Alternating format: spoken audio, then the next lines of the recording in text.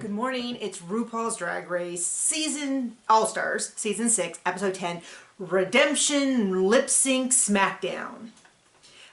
So we finally get to the game within the game, and it's basically kind of what I guessed, which is just kind of like a Top Chef's Last Chance Kitchen. What's interesting is they took all of this stuff and they put it into one episode, and they had us watch it along with the top 4 queens. And it's an interesting choice. On one hand, it's this big surprise. We watch it with them. We get their commentary. I really liked that. I liked going through this experience with them. On the other hand, if they had released it as part of Untucked, we could have built our anticipation each week. Or if it had been its own spin-off, you know, like Top Chef did it online. Or maybe they could have had their own Paramount mini thing. But I guess I understand, because they're really looking at long-term syndication. You know, now it's all bundled up. It's the same reason why they do the same length, the whole thing. They can then take this to HBO for syndication or any other channel. And same with international. So I get it. To remind you of the order that people went home: Serena, Jiggly, Silky, Yara, Scarlet, Ikaria, Jan, Pandora, and then eliminated last episode, Eureka. So that's 9 queens. We knew last week that they were going to be lip syncing, and now we get the format, which is just the first 2, Serena and Jiggly, lip sync, winner stays. And then they just keep that format all the way through for all the queens who decide to participate in the Redemption Challenge. And it was, when I first saw it, I kind of jotted down a note of like, seriously, we're going to watch a whole thing of lip syncs. But it was really, it was pretty good. It was pretty good. And it was a great chance to kind of see everyone again, to kind of reset. So like, if you don't forget, Yara kind of had like a screw you kind of leaving. We kind of get a little bit of redemption for that. So anyway, I'll go through them one by one.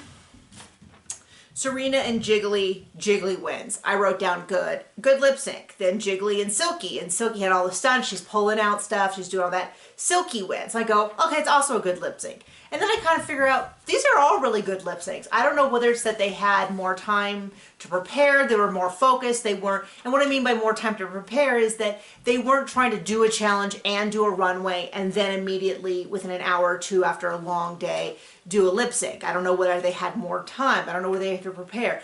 It certainly looks like Silky had custom outfits for each of these songs. So I don't really, I'll be eager to hear afterwards what that was like for them.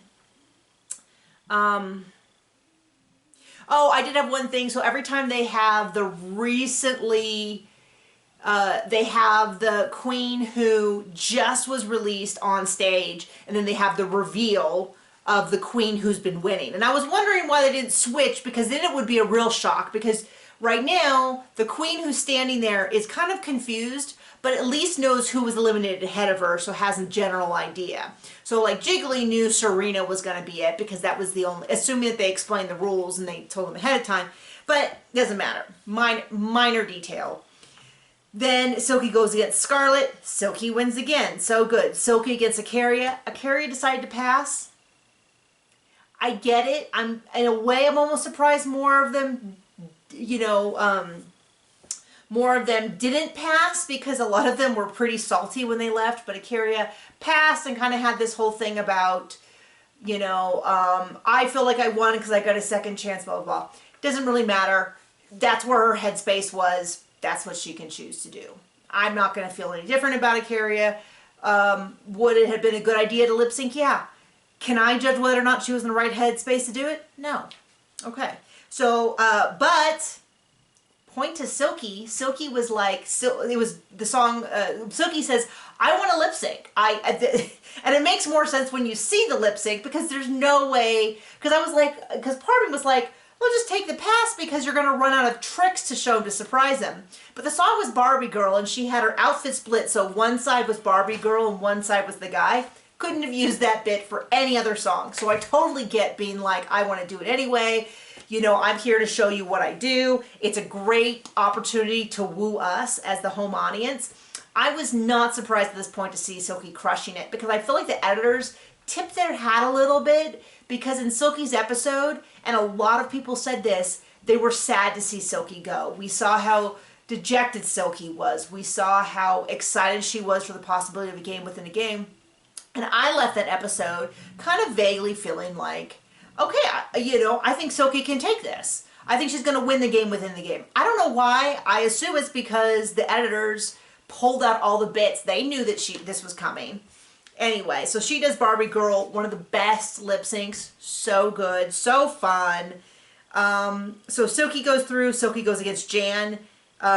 It's Barracuda, which is, I wouldn't say that it clearly leans into either one of them because it's like a kind of a punk rock song. And that's not either of their aesthetics a bit more, but Silky did really well. It was kind of, one of the things that Silky does really well in the lip syncs is she knows her timing. So a lot of the other queens start out much faster, but Silky builds. So by the end, you're like, oh, that's amazing, that's incredible, and kind of bides her time. But sometimes that can make the beginning of the lip sync seem more like, oh, the other person's ahead until they get going. So anyway, Silky, sorry, I got distracted there for a second. So Silky and Jan, it looked like Jan was ahead, but then all of a sudden Silky has a guitar and is rocking out to this guitar, and it was really good.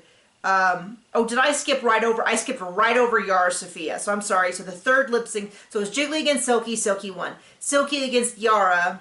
Silky's wig, by the way, gorgeous.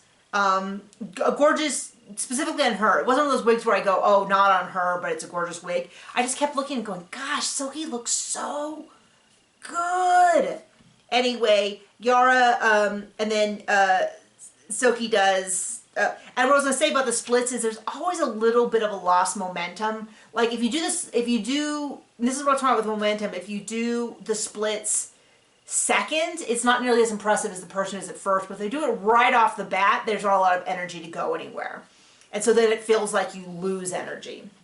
Anyway, so it went Jiggly, Silky, Silky wins. Silky, Yara, Silky wins. Silky, Scarlet, Silky wins. Silky, Acaria chose not to compete, so Silky wins. Silky versus Jan, Silky wins. And Trinity is not, just so you know, the vibe in the workroom was like, no one else can come. We've worked too hard, they're feeling exhausted, they don't want anyone back. But they kind of get into the lip syncs. So Carson Kressley is the host, he's doing sort of like a welcome to Ready to Rumble sort of pitch. They're kind of getting into it, except Trinity. Trinity wants nothing to do with it. They're getting really excited because Silky's just running people over. And Silky and Trinity is not having any of it. Silky versus Pandora. Pandora did excellent. We got Silky again. Last lip sync, Silky versus Rika. Since You've Been Gone, and it's a really good one. Silky stumbled a little bit. It looked like she had trouble getting out of her reveal outfit. I also think this was a case where maybe, it's hard to tell with the editing, maybe she should have done it a little bit sooner. Like the big first emotional chorus, she was telling a story, but it wasn't super clear. It wouldn't have been super clear to me if it hadn't been, if she hadn't said in the cutaway. Eureka seemed a lot more there. So it's right down to the end. We don't know. Before this episode, I was like, well, I hope Eureka gets it because it's the most fair. She's going through all of these challenges. You know, she really got off on it. It was a really tight race. She had never been in the bottom. You know, there's a lot of, not to say that Trinity doesn't belong there, but there's a lot of reason you could say Trinity's been in the bottom 3 times. Normally we consider your 3rd time you're out. And she only really, I think people only really picked Eureka because she didn't have a win. Because at this point, Trinity does have 2 wins. Ginger has 2 wins. Now Raja has 2 wins. Kylie had 1 and Eureka had none, even though she'd never been in the bottom. You know, they really prioritize this being in the, you know, having a win, but, you know, anyway. And then we go home. So we don't actually find out who wins. And so I'm really curious to think who you think is going to be returning. Story-wise, Silky beating everyone else, working her way up week after week after week is such a good story. And then also part of me goes, gosh, she's really proven herself. She's really proven herself. This was not just lip syncs. These were performances. These were one-woman plays to a song. This was, It is really impressive. On the other hand, I think Eureka might have been a tiny bit better, but it's such a different thing because it's like, which is better, a performance or a performance that's really interesting, tells a story, or performance that seems more in line with the song? I don't even know how to put it. It was like two slightly different performances, and I can't really say that one was better than the other. But then on the other hand, you could also say Eureka earned it more. You know, she had done all these challenges. She was the last eliminated, last out, first in, I suppose. So it'll be really interesting to see what happens. If I go off of the editing tips, it sure seems like, you know, Silky, I think the other contestants will have an easier time if it's Eureka, but we'll have to see. We'll have to see. I really, gosh, if I had to put my money down, I don't know that I could, because it doesn't feel as obvious to me. So anyway, but I will tell you that the history books say that if you get a redemption of any kind and you come back into the game, you get maybe one episode before they send you home. Usually you return and you get sent home that episode. I think, I couldn't look at all the math, but I think that the longest was being sent home after the second one. So we'll see. Although we can't be far from the final. So anyway, bye.